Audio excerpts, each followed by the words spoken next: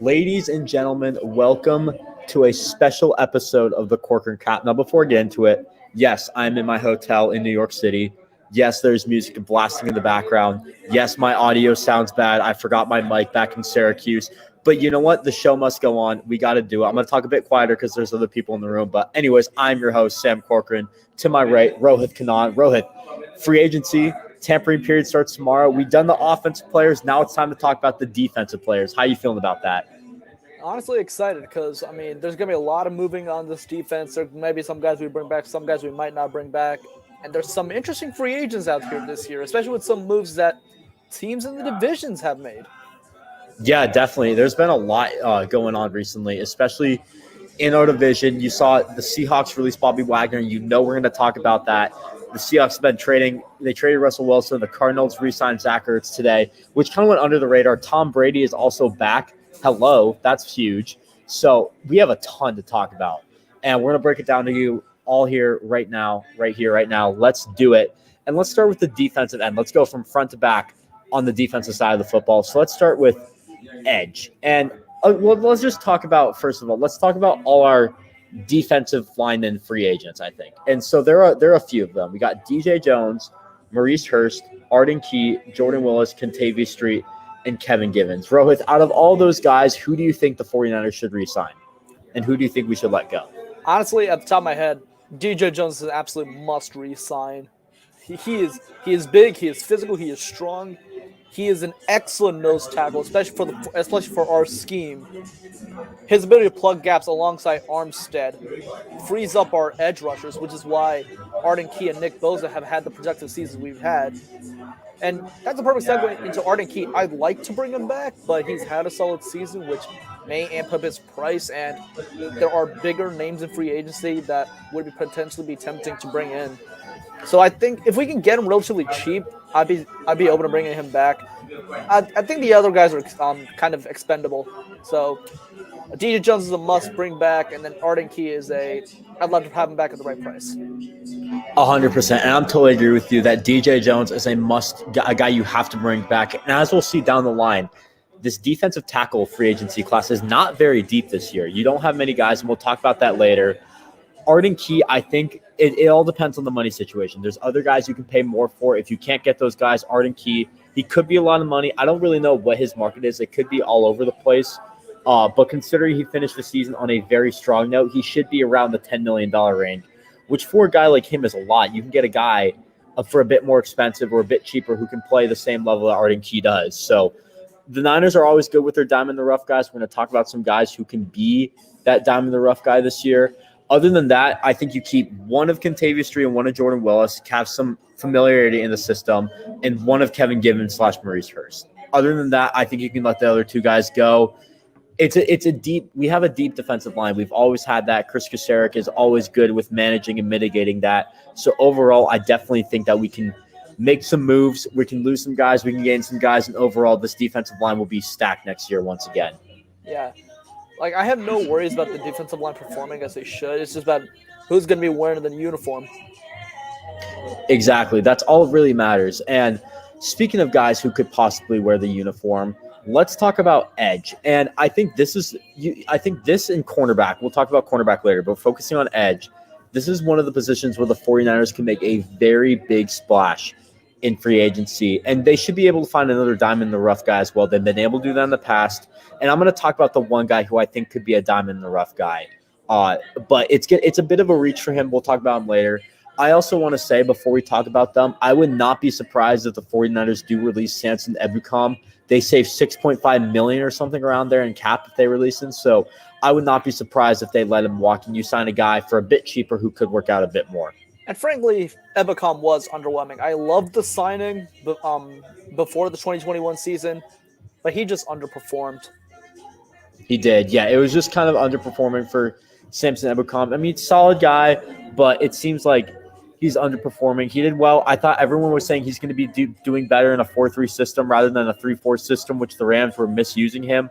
But it seems like they were wrong. It seems like the Rams were actually using him better than the 49ers were. So overall, I definitely think that they misused Samson Ebukam, and I think that the 49ers could definitely move on for him. But edge, there are a ton of guys. So let's talk about the big guys right now. I think Von Miller and Chandler Jones, I think one of those two guys is going to sign with Denver. You know Von Miller wants to sign with Denver. But here's the thing. It's a new head coach. It's a new regime. I know they have George Patton, but George Patton was the guy that released him. So does he – or traded him, I should say. So does he really want Von Miller? I don't know. I know Von Miller wants them, but the Broncos might not want him.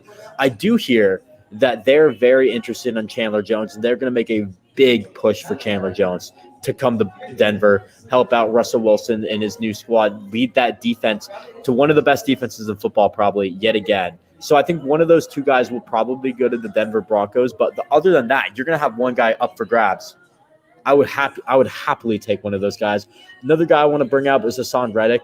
Not as big as those guys. Had a solid year in Carolina. Did really well with Arizona a few years back. So definitely I think you can take one of those guys. One of those three guys would work out really well. Yeah, I agree. Definitely one of Miller or Jones is definitely going to be going to Denver. I'd argue it's probably going to be Miller for, if nothing else, just loyalty, if that even exists anymore. But yeah, that's the thing. It doesn't really exist anymore. But for what Jones brings in terms of a skill set, I'd be more willing to bring in Chandler. Don't get me wrong. Both of these players are incredible talents. Some of the best to play the game. But in terms of just their skill sets, I feel like Chandler Jones would bring more to the 49ers than Von Miller would from a pure skill set standpoint. Not a production standpoint, not a talent standpoint, just from a skill set standpoint. Yeah, I totally get that. I definitely think Chandler Jones is a bit better than Von Miller. I think you'd look at that, and I think that could be a very good fit for this 49ers. The other thing to keep note of, both have only played in 3-4 schemes. This is a 4-3 scheme. You're going to have to do some adjusting. These guys are aging, so it might not be the big bucks might be underwhelming, but I think you can bring them in. It's going to improve the team no matter what. Even if it's a bit underwhelming, it's still going to improve the team, and it's probably going to be an upgrade over D Ford or Samson Ebukam. So I think either of those guys would work. The few other guys who I think could be big guys are Dante Fowler Jr., who also could be considered a diamond in the rough guy, 3rd overall pick. He hasn't really been able to be used in a good way so far in his career. Maybe Chris Kuceric's system is perfect for him. And Devondre Campbell, I think, could be a bit of an overpay, but keep an eye on him. He did play, I believe, in 2016 with Atlanta when Kyle Shanahan is there, so some familiarity there, even though he didn't really coach him. But he's coming off the pinnacle year, which is why it could be an overpay, all-pro. So definitely keep an eye on him, but it could be an overpay. Those are two guys who I definitely think you can look at. Yeah. One more guy I want to bring up. Emmanuel Ogba of the Miami Dolphins is another guy who could be in that, who's in that mix as well. Yeah. But in terms of, again, like talent, skill set, and all that, I'd be more partial to bringing in Fowler or Campbell over Ogba, simply because of what they bring to the table. And Fowler's career has also been interesting. He was a top 5 pick back in 2017 for the Jacksonville Jaguars.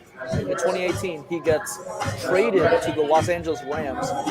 Continues to be relatively productive. Leaves in free agency, goes to the Atlanta Falcons. And now the Falcons aren't really showing interest in signing him back. But if you look at his numbers over the years, he's been pretty good. It's just that I don't think he's really found like a set place to be. And with Chris Kuceric, I think he could be doing really well if he chooses to come to San Francisco. Yeah, I agree. I definitely think it'd work out really well for a guy like Dante Fowler Jr., kind of finding that right spot. He's a 4-3 guy, hasn't really been in the 4-3 system before. So I think that's definitely a big thing for Dante Fowler Jr. Now I want to talk about I have 3 guys who could be diamond in the rough. The first guy's hang on. Before go ahead. Yeah, I'll let you talk. Just look at that. Let's look at his career statistics. So he got drafted in 2016, had 4 sacks in that year, had 8 sacks in 2017, and then he had 4 sacks in 2018 when in the middle of that season, he got traded to the Rams. In 2019, he broke out and had an 11.5, then signed with Atlanta, where they went when he went from outside linebacker to defensive end and had 7.5 sacks combined in 2020 and 2021. So, I mean, the skill set's there, the talent's there. He's shown it on plenty of occasions. I think he just needs someone to actually give him a proper chance. Yeah, definitely. I definitely think he needs a bit better of an opportunity somewhere we could thrive more. I don't think really any of the systems he's been in have allowed him to do that. So overall, I definitely think you need a better place. But now back to what I was saying about the 3 diamond in the rough guys. The first guy is Tack McKinley. This is the guy who we claimed off the waivers 2020, I believe it was. And then he had some injury thing, went to somewhere. He went to the I think he signed with the Raiders, then he signed with us, then he went to the Bengals. And then he signed with the Browns this past offseason. I mean, he's also been a guy who hasn't really shined too much, former first rounder. But you know, if the Niners wanted him, they saw something in him, definitely can shine for us, in my opinion. Diamond in the rough guy.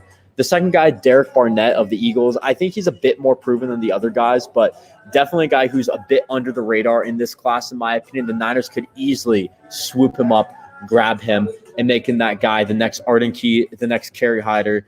But the guy I want to talk about, and this is a guy who's going to be the cheapest out of all of them, and it's going to be a bit of a surprise because although he didn't play under Chris Kucerek, he didn't really work out for him. It's Charles Harris, former first rounder for the Miami Dolphins, last played in Detroit. So he knows Chris Kucerek's system. He might not thrived in it. He's definitely probably the worst first rounder of that class. But hey, you know what? He played with Chris Kucerek. He knows the system. Maybe Chris Kucerek had some linkage with him that worked really well. There's some chemistry there.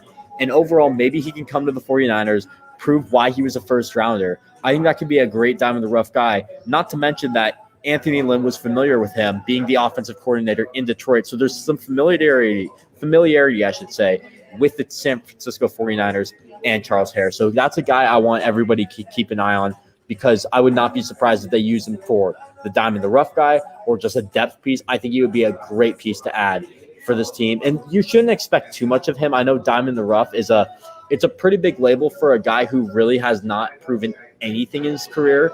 But overall, he can definitely be a solid piece for the 49ers, in my opinion.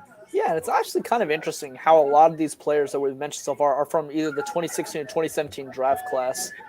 And a lot of them, I feel like a lot of them haven't really gotten their true opportunity to shine, which is Tack McKinley, you had Charles Harris. There's got to be some other guys I'm not thinking of. Solomon Thomas, Hassan Reddick. Wait, Hassan Reddick, is Solomon Thomas a free agent? Solomon Thomas is a free agent. I didn't really mention him because the fact that the Niners released him, I think he also thrived in Las Vegas too, whereas he really just didn't fit Chris Kucerek's system with the 49ers. So that's why I did not mention him. Could give him a second chance. I will say about Solomon Thomas, and then I'll let you talk real quick, that I think he just needed a change of scenery because of the tragedy that happened to his sister. And maybe he's refreshed. Maybe he's feeling better. But you know what? That's such a hard loss. I just think he needed a new home, and he found it. And I think he's going to probably stay away from the 49ers, and the 49ers are going to stay away from him. Yeah, that's probably what's going to happen. But he finally started playing more on the inside. He pretty much started to become the player that we all thought he was going to be when we drafted him in 2017. Obviously, things didn't work out the way we wanted it, between personal tragedy and just talent mismanagement, because we played a lot of Solomon Thomas on the edge rather than on the inside. But when we did play him on the inside, he was amazing. And you just go back thinking, what if we just played him from the inside all the time? So it's just one of those what ifs. But given everything that's going on, there's probably no reason to bring him back. Exactly. I don't think really Solomon Thomas is an option, which, I saw the name, but I didn't put it down for that reason. But definitely some other guys I probably didn't even mention. They're going to be diamond in the rough guys. Arden Keith was a guy that he got released by the Raiders middle of the offseason, then the Niners signed him. So I think there's a reason why they didn't talk about that, but no familiarity with Chris Kucerek. There's going to be some guy out there that Chris Kucerek probably loves, hasn't been able to get, and I'll sign him. So that's a guy who I haven't been even talking about. Maybe it's Tack McKinley. I don't know. We shall see. As for defensive tackle, is there any guys that stand out to you, Rohit? Because honestly, there's not many that stand out to me, and this is why we need DJ Jones back on this team. This defensive tackle class is really shallow, which is why I'm very keen on making sure we bring back DJ Jones. Because 1, familiarity, 2, he's talented, 3, we get ahead of the curve in what is a very, very thin defensive tackle free agency class. Yeah, 100%. And the only 2 guys that I really wrote down is Malik Mcdowell, who's an ERFA, which basically means you're still on the team. They just have to do apply a tender to you, or just fix one thing about the contract. The only other guy who I can see replacing a guy like DJ Jones is Vernon Butler of the Buffalo Bills. Similar build. He's a solid piece. Could be a good backup piece as well. But other than that, there's not really any good defensive tackles that stood out to me. And you could get an aging vet like Ndamukong Suh or Gerald McCoy. But in my opinion, it's better to get a younger building block in the building, someone who can have room to develop under Chris Kucera. That's one thing that he does so well is develop players. And that's what we need. We don't need a guy like Ndamukong Suh, already developed guy, and now he's declining. Gerald McCoy, declining. You need a guy who you can develop and put more stress on to have a role in this defense for a while and get your money's worth for him. Honestly, yeah, I agree with that. But here's another name to watch out for. I mean, he's not a strict defensive tackle, and he's very much on the older side, and he hasn't really said anything about retiring. But Calais Campbell, last played with the Ravens in 2021, that might be a name just at least keep an eye on. Yes, he's very much up there in age. He's going to be 36 heading into this season. We don't know how much he has left in the tank, but he's been solid and very consistent for the entirety of his career. So even if it's not entirely feasible, if nothing else, it's at least a name to watch out for. Yeah, definitely. I mean, it's similar to the Gerald McCoy and the Ndamukong Suh thing, where you have guys, aging vets that you need to just make sure you want to develop guys is what I'm trying to say. Yeah. And that's why I'm trying to avoid them. But other than that, I definitely think a younger guy, a younger building block is definitely a better piece. Yeah, because you could probably sign them to a longer term contract, and if you'd like, you can still probably get like a 4th or 5th round draft pick in that same position, and maybe just groom them in the event that either the younger guy that doesn't pan out, or just have the younger guy learn from the young vet that you bring in, and just develop more depth and maybe turn into a depth piece. 100%. Now, any trade targets for the 49ers, and this is where we talk about Frank Clark. He was rumored to us all day. And you know what? Just with this team, I'd rather get a guy who you can sign. You don't have to give up any draft capital for, because you either can get a big name like Chandler Jones, Von Miller, or you can get a diamond in the rough guy like Charles Harris, like Tack McKinley, or you can just re-sign Arden Keith. And you don't give up anything, and you don't give up a guy like Frank Clark, who's known for off-the-field issues, something that the 49ers are notorious for avoiding. So, overall, I definitely think it's just no, no, and no. And yeah, no, plus, I really just don't like Frank Clark. I don't think anybody does, but that's a different story.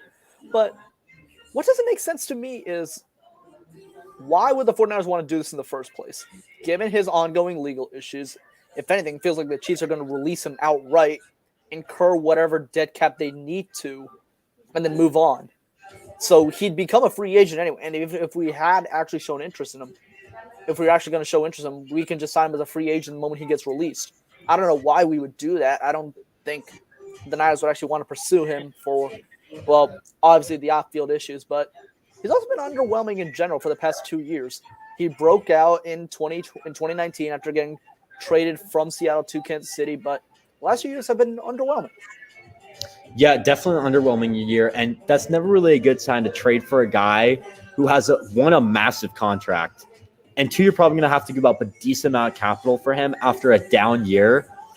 Not really what I'm looking for, especially with a defensive end. If it was like a quarterback, or it was like if it was a bit more of a need, then maybe. But there's other guys out there who are better, which is why I'm not willing to do that. And plus, Kucera can make something work. Why bring in someone through a trade? Exactly. He'll make something work. It's all about development. He gets guys, he develops them. That simple. Let's move on to the linebackers, the other part of the front seven. The 49ers have 2 free agents this year, Azeez Al-Shaair, who is a restricted free agent, and Marcel Harris. Do you keep them? I will start. Yes, you keep Azeez Al-Shaair. You put a second-round tender on him and say, there you go. That's all we need for him. Then with Marcel Harris, I think you kind of just re-sign him for versatility. I think that's probably your best option right there. I think he can play linebacker. He can play safety. He can do it all on special teams. I think it's a great versatility piece to have. Exactly. I don't know why I cannot talk right now. But anyways, go ahead, Rohit. What are your thoughts on that? Honestly, I'm with you all the way on that. Restricted free agent, slap a second-round tender on Azeez Al-Shaair, because Azeez Al-Shaair has been amazing for the 49ers since coming to the Niners in 2019. He's been all over the field. He's been a very solid tackler. His coverage leaves a bit to be desired, but again, that's one of those things where you can still shore up. And overall, he's been consistent for us. He's made some big plays. And then Marcel Harris, like you said, versatility. He can play safety. He can play linebacker. He's a special teams piece. I mean, yeah, like that's it. Yeah, he's a do-it-all guy, and I definitely think that's key for the 49ers. They love versatility. You've seen that in the past.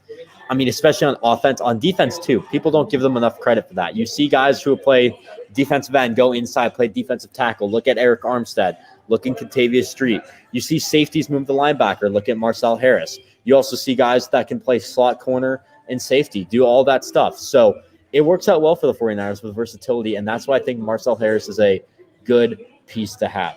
Now, free agents we could sign. Let's start off with the obvious one, the one that's just blaring right at us. Bobby Wagner, released by the Seahawks last week. What do you think about Bobby Wagner, Rohit? Honestly, for me, it would just be poetic justice for like just bringing him in. I mean, we did the same thing with Richard Sherman. Why not do it again? Exactly. That's my thoughts. I mean, all jokes aside, Wagner has still shown the ability to play at a very, very high level. Yes, he's lost a bit of a step, but again, aging veteran. That's what you're expecting. But the mental aspect of the game is still very much there. He's one of the brightest, most smart linebackers in all of football. And that type of veteran presence, that type of leadership, that type of mental acuity and skill set, he would be an excellent addition just on those aspects alone. Forget the on the field stuff. Just what he brings as a person and as a football mind. And how he can help develop guys like Fred Warner, Dre Greenlaw, potentially Azeez Al-Shaair. But here's where it gets confusing because he's played his entire career as a Mike linebacker. We've established Fred Warner as our Mike linebacker from when he was drafted in 2018 as a rookie. And Wagner is not known for his pass rushing skills. So how would we fit him in at Sam or Will?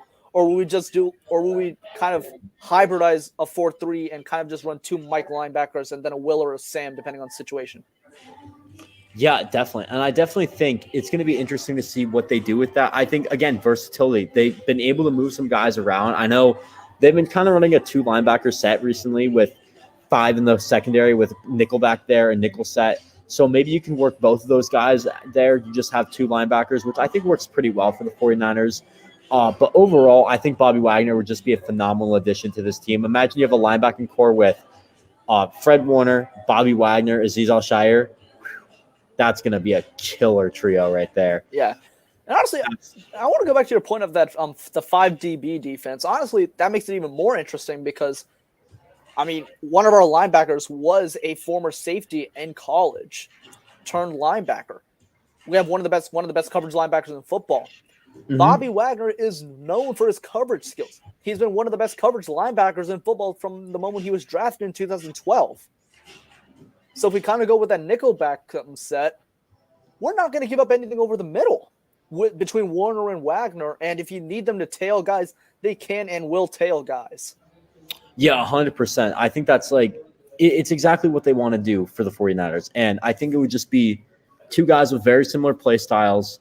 And I think it's going to work out really well because I know a lot of people are like, you don't want to have guys with a similar play style. Bobby Wagner, Fred Warner definitely have a similar play style. I think they're a bit different in two ways, but let's just say they're similar. Let's just compare Fred Warner to Bobby Wagner. Why not have two Fred Warners? Why not have two Bobby Wagners? Exactly. What's better than one great thing? Have two. Exactly. Just like that. Other guys, I think other big names that you can sign, Leighton Vander Esch of the Dallas Cowboys, definitely a guy to watch out for. He's more, I think he's definitely more of a guy who, if you look at, Fred Warner's the Mike, he's definitely a Sam or a Will linebacker right there. So I think that works out really well for the 49ers if they want to do the 3 linebacker set. Quan Alexander, could you see a reunion with him? That could work out for right now on the Saints. They traded him to cut some cap. Could you get on a better contract? Could it work out? Free agent now, I think you could absolutely see Quan Alexander come back to the 49ers. Also, if the 49ers get back Bobby Wagner, why not bring in KJ Wright, his partner in crime back in Seattle? Imagine that. That would be crazy. The thing is, they probably wouldn't bring both in because then you have to do something with Azeez Al-Shire. Maybe you trade him, but overall, I think you probably keep a guy like Bobby. You probably get Bobby Wagner. You probably just get KJ Wright as a depth piece or something and work it out like that.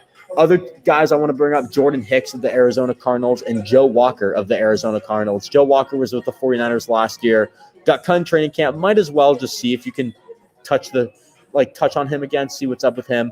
Jordan Hicks could be a great signing. He did pretty well with Arizona last year. They just cut him. I definitely think that you can bring him in. He can be a very solid piece next to Fred Warner.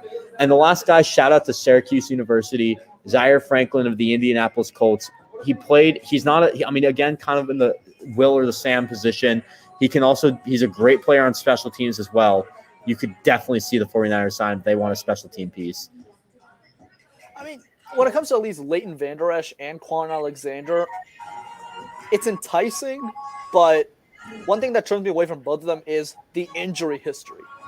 That is true. Because the funny thing is, I comped Leighton Vander Esch to Sean Lee in terms of like abilities and skill set, and he quite literally got drafted to the team that Sean Lee had that was on, and then he ran into the same problems that Sean Lee had, injuries. And I'm just like, you're kidding me. We're just seeing the same story again. Exactly. Random tangent aside, but yeah, no. Vander Esch has an extensive injury history, which is why I'm very hesitant on him. Same thing with Quan Alexander. Torn ACL a couple of years ago. What was it, 2018, 2017, something like that? Well, he tore in. Didn't he tear it again with New Orleans? Oh, no, that was an Achilles. Yeah, no, he tore his Achilles with New Orleans, and then he tore his pec with us. Mm-hmm. So 2018, 2019, 2020. ACL, pec, Achilles. 3 tears, major tears in 3 years. That's a lot of rehab, and that's a lot to come back from both physically and mentally. I mean, if he truly wants to come back, I am all for it. He brings physicality. He brings an energy to the team. I mean, that's why the whole Hot Boys mantra started. Exactly. I definitely think you see some injury history with them. That's why it's a bit of a risk to sign those guys. But if you want some high upside but a low ceiling, I think you can go out and get those guys. Overall, I think you have a pretty solid linebacker core set in place with Fred Warner, Azeez Al-Shire, and Dre Greenlaw. However, if you can get a better linebacker than Dre Greenlaw, do not be surprised if Dre Greenlaw is on the trading block this offseason. I think that could very much happen. You can get a very solid piece for him. Maybe like a 4th tops? Probably less. Probably like a 5th. Yeah. I would think something around there, but he's a starting linebacker in the NFL. He can go on many teams and start. Yeah. I would not be surprised if the 49ers traded Dre Greenlaw. And yes, there's a huge sentimental value with 49ers fans about Dre Greenlaw. He's made some huge plays. And for those plays alone, he's immortalized in 49ers history already. But, But I mean, at this point, if you're looking at it objectively from a football standpoint, he's probably the weakest link in this linebacking core. He's not the surest tackler. His coverage is solid, but leaves a bit to be desired. The issue is he's not like Warner or Al-Shire, who at least excel at one thing, even if everything else is kind of middling. Azeez Al-Shire, sure tackler. Coverage and other abilities, kind of middling, but he can make it work. Fred Warner, elite coverage, elite tackling. He is just 1 in a million or whatever you want to call it. Fred Warner is special, but Greenlaw, he doesn't excel at anything, but he's also not terrible at anything, which makes it absolutely impossible to evaluate him because you see him make the splash plays, but at the same time you see him also make these boneheaded plays where you're like, oh, you're kidding me. Yeah, it's just like that, and I think Azeez Al-Shire is linebacker too. I think that was proven last season, so I think overall you can trade a guy like Dre Greenlaw. And injury history, because Greenlaw has had some injuries.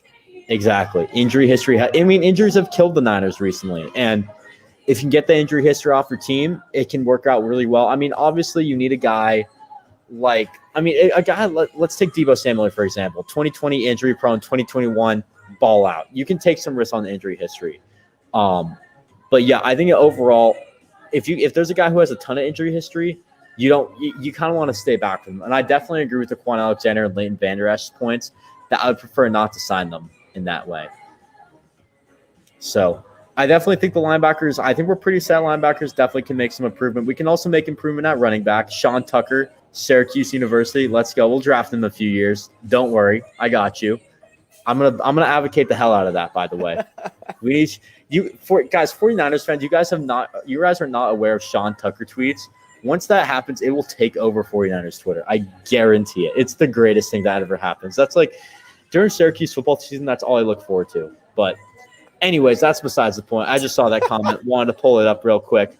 But if he's a 49er, everyone will love Sean Tucker tweets. And, I mean, I will be advocating the hell out of those.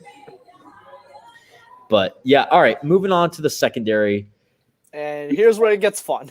This is the fun part. We have a ton of stuff to talk about the secondary.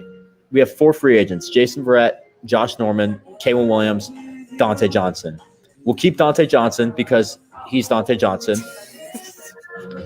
We should keep I don't know why, but the way you said it's like he's Dante Johnson. No, he is Dante Johnson. That's all.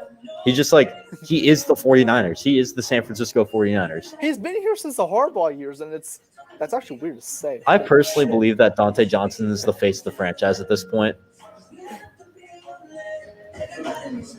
Oh, wow. Yeah, no, he literally is. The only person that's been here as long or longer is Jimmy Ward. Jimmy Ward, I think Tart's been here the same amount of years, but like... Tart was drafted in 2015. Johnson was a 2014 UDFA. Oh, really? Okay. Yeah. Well, I mean, Dante Johnson's been cut here and there, but he always just keeps coming back. He'll find his way back somehow. So that's all that's going to happen. K'Waun Williams and Jason Verrett. If you can get them on good contracts, bring them back. Personally, I don't think they're necessities for this team. I think K'Waun Williams, I know that sounds crazy with K'Waun Williams, but I think there's guys out there that can replace him. You can get a good guy in the draft as well with your second-round pick. Verrett's injury-prone. You have a corner in Emmanuel Mosley. You have Ambry Thomas. Diamador Lenore could be put on the scene. Diamador Lenore could also be a slot cornerback, too. Yeah. Diamador Lenore has an interesting skill set, and I don't think we really utilize him as well as we should have. He was solid early on. I don't know what happened. I think we kind of just started phasing him out. Maybe he was losing effectiveness in terms of coverage ability or something was going on in practice. I don't know. But I think he can bounce back. I mean, yes, players drop in the draft for a myriad of reasons, but he got drafted and everybody loved the pick. The analysts, like everybody was raving over this pick. So there has to be something there. The question is what? Exactly. And I think you might be able to see it next year. Maybe they'll be able to develop him. And I think it's going to work out. Maybe it will, maybe it won't. But I think overall you're going to get a solid depth piece at the very least. And I think that's more than what the 49ers are expecting of a guy like Diamador Lenore, a 5th-round pick. You want a solid depth piece from him, and that's what they're getting. So overall, I think it's going to work out. And Josh Norman, he's gone. I think that's set in stone. I think he was a guy they signed as an emergency guy. They needed a cornerback. Did he do he didn't. I mean, I think I will be honest. I think he got more hate than he deserved, in my opinion. But he just was not a good fit for this team, in my opinion. And that's why I think they're going to move on. He wasn't, but man, that guy had a nose for the football. Even if his coverage was left to be desired. Pass interference, defense, number 26, spot foul, automatic first down. How many times did we hear that all season? Just at minimum 7. At minimum. Oh, we heard that so many times. But, yeah, it just wasn't a fit for this team. I think you're going to have to find someone better than Josh Norman. And there's some solid depth pieces out there. This is a very loaded cornerback class. And let's just get right into it right now. I honestly, for this, I just wrote a ton of guys. I'm not going to really describe why I want them. They're just guys who I think can fit our system. Maybe. We'll see. I'll start with a few slot guys. I'll just start with one guy who's a slot guy is Levi Wallace of the Buffalo Bills. If you want to replace K'Waun Williams, I think he could be a very good guy to replace him. Underrated. Started with the Bills. He's a pretty solid piece, and I definitely think he could work out for them. And now we just get into guys. Oh, Fabian Moreau is another guy who you can also he's on the Falcons. He can play slot. He was on Washington before. You can play slot. He can play outside corner. I think it works out well for him. And now we're just going to go down the list of guys who I think the 49ers can sign. And there's a lot. Stephon Gilmore, Dante Jackson, Kyle Fuller, Desmond King, Xavier Rhodes, Travarius Ward, Casey Hayward, J.C. Jackson, Carlton Davis, Bryce Callahan, Joe Hayden, Akello Witherspoon, Richard Sherman. That's a lot of guys right there. And I think if you can just you should be able to get one of those guys, because I think I named more guys than there are teams in the NFC right now. So obviously there's 8 teams in the AFC, but that's half the league. You can easily get one of those guys. And I think the 49ers are planning on going big at corner this year. That's the reports that we've been hearing all offseason long. They want a big guy at cornerback. As Jake says right here, we need J.C. Jackson. He could be a lot, but honestly, I definitely think that, it's going to be worth it. He's one of the best corners in the game. He would be cornerback 1 instantly for this 49ers team. And that also makes a guy like Emmanuel Moseley a bit more expandable, because you have a guy like Ambry Thomas behind him, maybe some guy for the trade deadline. I would probably keep both at the moment, Ambry Thomas and Emmanuel Moseley, because you want to develop Thomas a bit more, in my opinion. But overall, if you can get a guy like J.C. Jackson, or any of these corners are really good pieces. I know I'll let you speak, Rohit, because I've been talking for a while now. I gave you a ton of names. I gave you a ton of work with. But is there any guy that stands out to you? Obviously the obvious ones are Stephon Gilmore and J.C. Jackson. What I like about Stephon Gilmore is size and coverage ability, because we kind of need a big corner. Mm-hmm. A guy, because what is Stephon Gilmore, 6'2", 6'3", something like that? Yeah, I see somewhere around that. He's a pretty big corner. He's he's definitely in that range. 6'2", maybe. It's listed at 6'1", which is honestly shorter than I expected, but he's still a pretty big corner. Yeah, exactly. That's a pretty good height right there. Yeah, J.C. Jackson's been one of the best slot corners in football for quite a while. I'm surprised that he's hitting the free agent market, and that honestly kind of has me concerned, because it's like, we're talking about Bill Belichick here. He's going for the Patriots. Bill Belichick exactly. is seeing something that says, hey, I'm not sure if I want this guy on my team. Maybe it's a money thing. Maybe there's actually something in terms of actual on-the-field performance. There's something there. Because Bill Belichick will not arbitrarily let guys go. There has to be something there. The question is what? Exactly. And I think, it's probably like they're trying to get guys, like they have guys behind them. Bill Belichick is so good with just keeping guys on this team, or just rotating through guys, having guys behind them.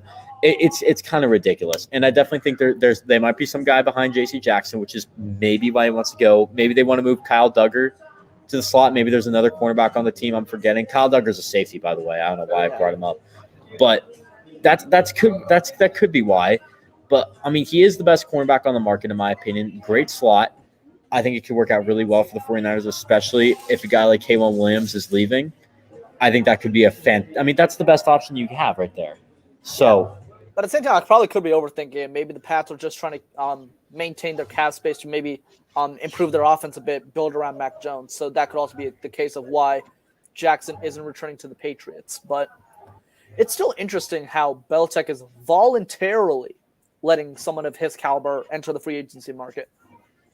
Exactly. It's definitely interesting, but overall, if he's going to, I think it's probably money. I know he asked for like $20 million. Patriots didn't want that, which could be the big problem. But you know what? He is one of the best corners in the game. Is he deserving that money? It's a lot. I don't think many corners are, but he's up there. I will say that. But all right, let's move on to safety. Do you have any trade targets, Rohit, before we move on? Honestly, not really, because I'm not even sure who'd feasibly be on the trade market as of right now. Yeah, that's what I'm thinking too. Because we're not really hearing a lot of trade talks about corners, which is odd. So yeah, exactly. It's definitely interesting, but yeah. All right, I'm gonna try to rush through safety because low key, I think I'm about to get kicked out of this lobby. Okay. It's late here. There's guys walking around like closing curtains and stuff. So I don't know, but let's try to get through the safety really fast. Try to keep this under 45 minutes. No, not 45 minutes. That's a bit early. Maybe like 50 minutes. We'll see. Yeah. All right. Safeties. Tart, Tavon Wilson. Keith, Jaquaski, Tart, Tavon Wilson, go. Can we agree on that? Honestly, I'm not sure about keeping Tart or Tavon Wilson. Wait. Hold on. I want to hear this Tart thing. This is interesting. For me, it's strictly financial. Not about the past. because Tart has proven time and time again that he is one of the most underrated, most consistent safeties in football. He is a damn good football player. And it's for that reason alone, because I'm like, he's probably going to ask for quite a bit of money. Probably maybe upwards of 10 to 12 million, maybe a bit higher. I'm not sure where the safety market is currently. But for me, it's strictly financial. I'd love to bring him back at the right price. Maybe get him on a longer term deal, keep him alongside Ward, because kind of keep that chemistry and that tandem going. But for me, I'm kind of hesitant simply because I don't know how high his price is going to be.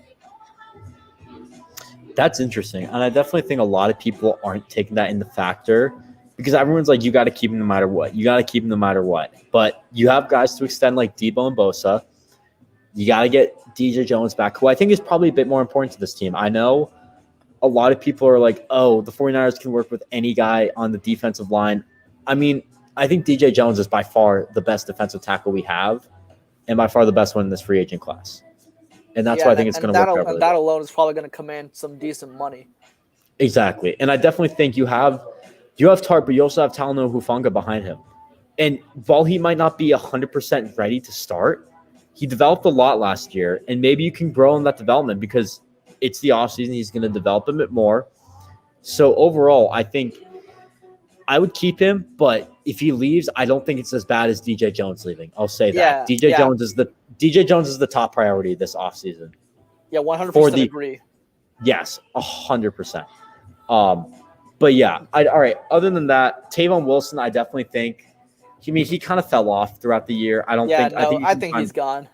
Yeah, I think you find a better guy than him. But yeah, all right. Now, other guys you can sign. Is there anyone that stands out to you, Rohit, as guys that we can sign for this? Not really. Gotcha. I mean, I feel that. I definitely think you have some big names. You have Ronnie Harrison, Justin Reed, Tyrann Mathieu, Marcus May, Jabril Peppers, Quandre Diggs. I think those are guys, if Tart doesn't re-sign, then you can go after those guys. For me, again, it's funny because those are like the top of the line guys in the safety class, and we also have to think about we got to extend Debo, we got to extend Bosa. Maybe we're thinking about getting some more help on the offensive side. Obviously, bringing back DJ Jones. Because keep in mind, this team starts building from the trenches. This team is predicated on its front seven. Honestly, that's how historically 49ers football has been. Yes, we had the years with Ronnie Lott. Yes, we had the years with Deion Sanders. Yes, the 49ers have had historically good defensive secondary players. But in terms of overall history, the 49ers have always built their defenses from the front seven. The front seven is the bread and butter of the 49ers. And it doesn't matter what type of era or regime we're in, they always focus on the front seven. Jim Harbaugh, heavy emphasis on the front seven. Jim Tomsula, heavy emphasis on the front seven. I mean, why do you think we brought in Eric Armstead? And for what it's worth, Chip Kelly. Bring in DeForest Buckner with the 7th overall pick. Defensive lineman. Kyle Shanahan's first ever draft pick as a 49ers head coach. Solomon Thomas, defensive lineman. Defensive lineman is where this team starts. So I think that's going to be a greater priority. I'm sorry for the historical random tangent, but... No, that's actually a really good point. This team very much values the trenches, and that goes all the way to ownership. The ownership wants the trenches. Because the ownership, at the end of the day, as much as like the GMs making the moves, the ownership has to approve everything they do, basically. Yeah. Because that's the boss.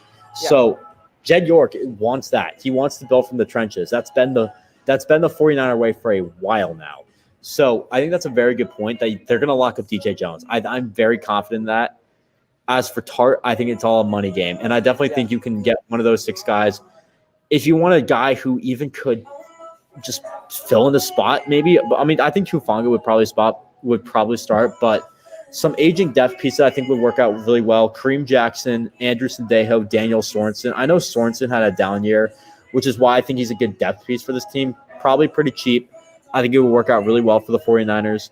Dean Marlowe is another guy in the safety who's great depth piece. He's on the Buffalo Bills, backing up Jordan Poyer, Micah Hyde, who in my opinion is a top 5, top 3 safety duo in football as well.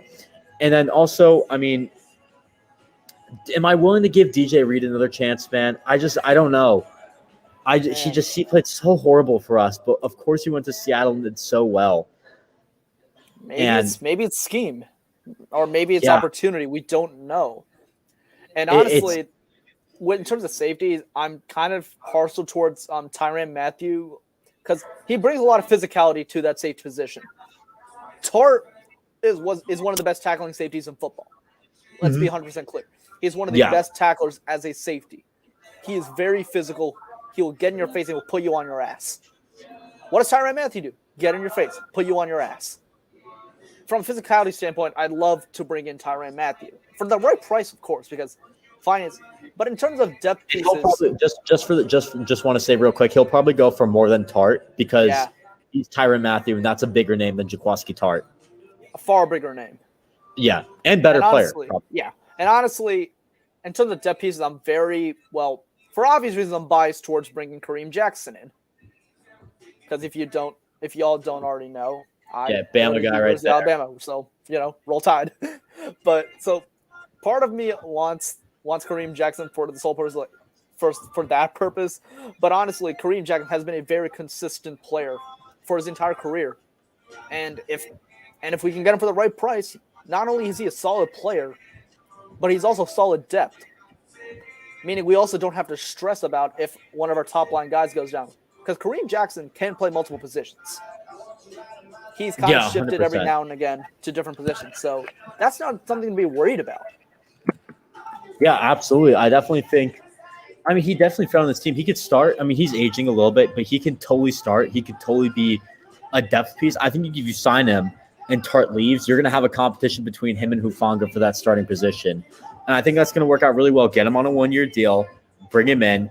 They have, I wouldn't say similar play style, but you're right there. And I think the thing is Talno Hufanga he is basically another version of Tart, in my opinion. He's going to get in your face and put your ass on the ground, as you kept saying. So I definitely think you got guys like that. You have guys backing up Tart. You have guys who can replace Tart. As much as I want Tart back, if we don't re-sign him, it's not going to be the end of the world as long as we can get another guy on this team. Before we go, any trade targets for safety, Rohit?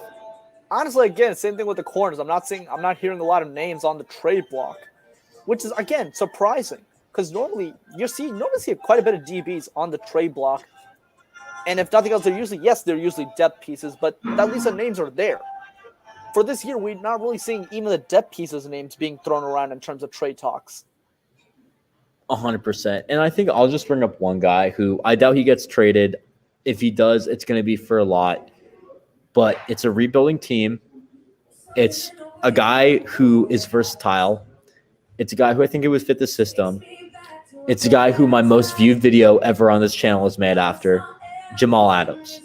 Could it work? Why would Seattle trade him in division, though?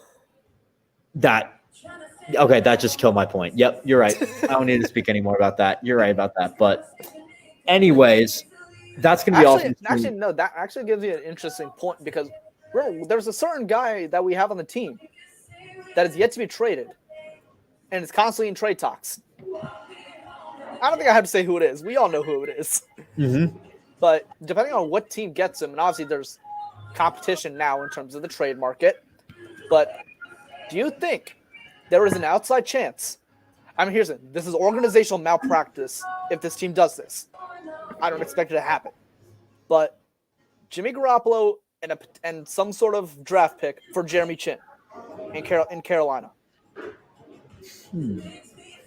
That would be a good one, but I think Carolina's trying. Here's the thing with that. Matt Rule is on the hot seat. He's going to try to keep the guys he drafted and prove a point. So I think Jeremy Chin is going to stay in Carolina. I think that's a bit risky. They're still rebuilding. That he's a young piece leading that defense, and I think they're going to just try to build off of that. Yeah, but I've seen his name thrown around in potential trade packages for quarterbacks like Garoppolo and Deshaun Watson. So I'm just like, okay, why not? Exactly. It's not exactly a rumor, but it's a potential trade package. Might as well throw it out there.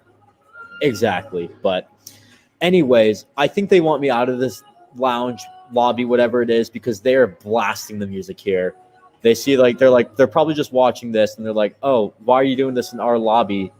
It's almost midnight here. We want to go to bed. Get the hell out of here. So you know what? That's what I'm going to do. I'm going to get the hell out of here. But, guys, thank you all so much for tuning into this special episode of the Corcoran Cap live stream. Finally get to do one of those. I haven't done one in a while. And guess what? We're doing another live stream tomorrow, talking about March Madness with Zach and special guest Austin Barrick. You guys are not going to want to miss that. That's going to be around 3:30 Eastern time, live from Zach's house in New Jersey. That's going to be fun. That's going to be fun to do an in-person podcast. Never done that before, but I'm excited for that. Rohit, always a blast having you on. Free agency tomorrow. Free agency tomorrow, man. How you feeling about it? Well, hey, we've had our fun with the trades. Hey, it's football's version of March Madness. Let's get it done. Exactly. Busy month of March, busy time in football. I'm excited for it. You better be hyped for it too. But that's going to do it, guys. Thank you all so much for watching. Corcoran Cap episode 8 will be out next week. Roth and I will be recapping some of the signings that the 49ers have made. It's going to be a fun episode. You guys are not going to want to miss that next week. So stay tuned for that, and I will see you guys later. Peace. Peace.